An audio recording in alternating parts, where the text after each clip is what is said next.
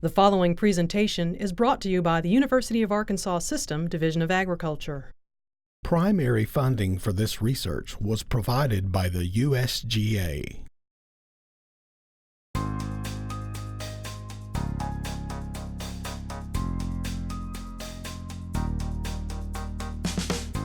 If you live and play golf where seasonal weather affects your outdoor activity, you're aware of the impact weather has on golf course availability.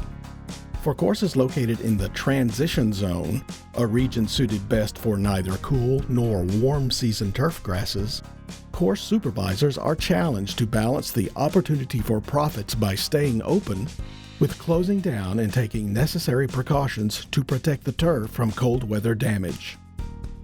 Many of the golf courses in the transition zone are converting their creeping bent grass putting greens to ultra-dwarf Bermuda grass turf.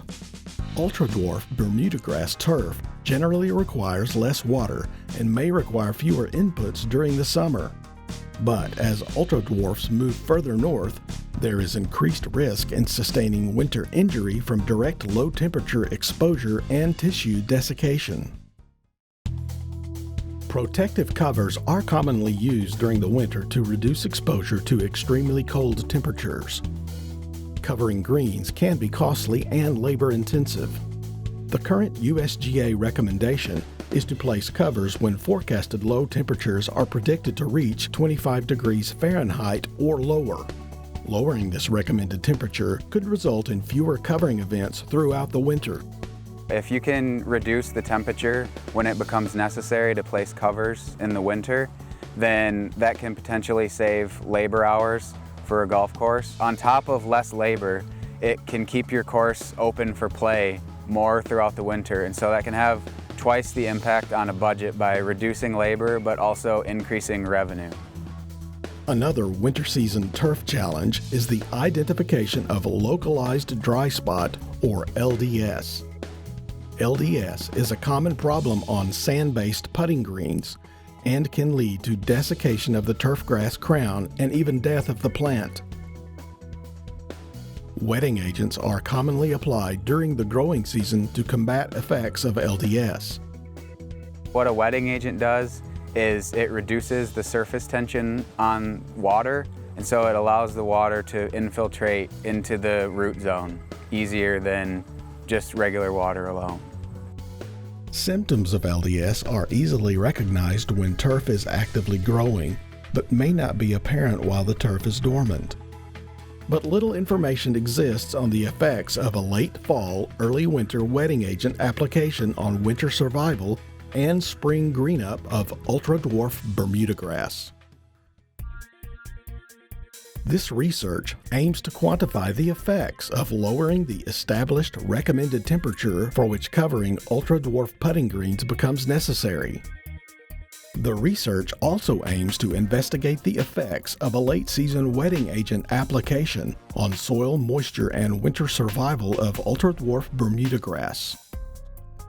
To conduct their study, the research team at the Arkansas Agricultural Research and Extension Center devised a strip split plot layout using 3 ultra-dwarf Bermuda grass cultivars, Champion, Mini Verde, and Tiff Eagle. Each was cultivated on an adjacent 4x12 meter strip. During the winter, black 2x12 meter woven polypropylene covers were placed across designated strip plots at various forecast low temperature thresholds of 15, 18, 22, or 25 degrees Fahrenheit, along with an uncovered control. The covers were removed only on days when temperatures were predicted to rise above 45 degrees Fahrenheit. This was designed to mimic a golf course that would remove covers on warmer winter days to allow for play.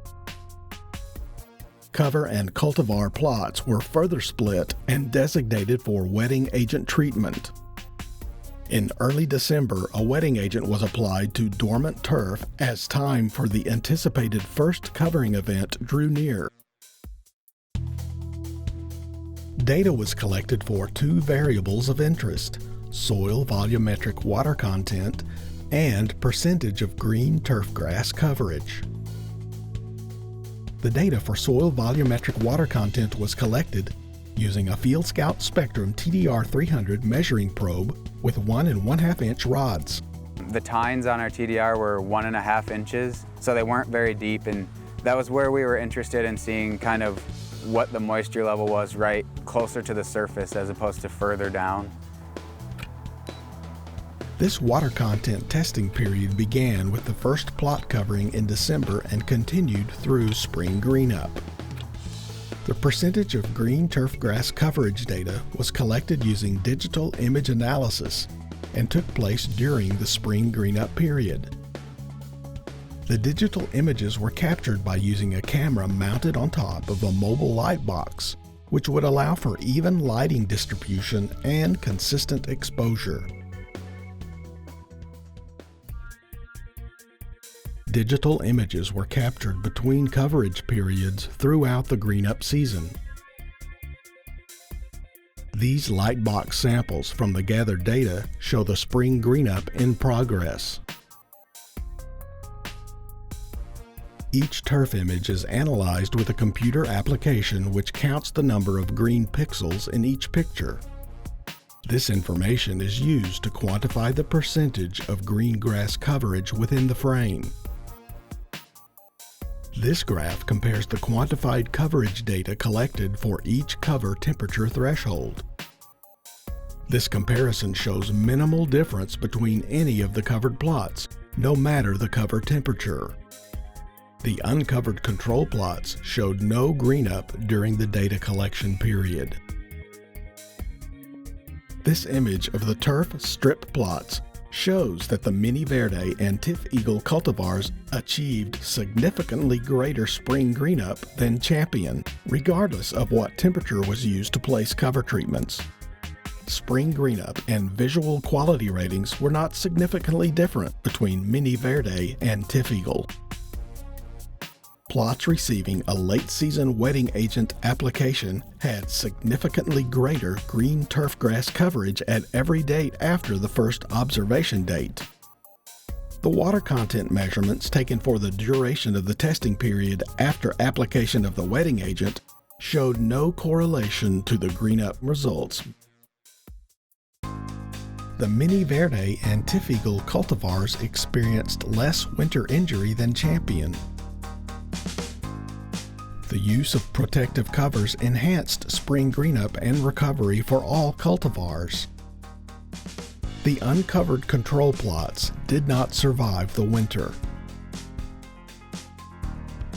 Reducing the temperature threshold for covering led to fewer covering events and total number of days that greens were covered, without significant increases in winter injury. Fewer covering events suggests labor cost savings and more days open for play. A late-season wetting agent improved spring green-up. Initially, I thought we would be able to lower the temperature threshold a little bit, but I didn't think that we would see the results that we saw. Essentially, all 4 of the temperature thresholds looked similar in the spring. So even at 15 degrees, it was very comparable to the plots covered at 25. Maybe it's best to just keep covering at 25 degrees as an insurance policy, but of course that's pay to play and maybe can't afford to keep a big crew of people on to go out during the winter and place covers and remove them. Maybe they can lower that temperature and not see too many detrimental effects in the spring. For more information about this and other ongoing research programs and projects at the University of Arkansas Department of Horticulture, contact Dr. Wayne McKay. Primary funding for this research was provided by the USGA. Additional funding for this research was provided by a gift from the Arkansas Turfgrass Association and from the Arkansas Golf Course Superintendents Association.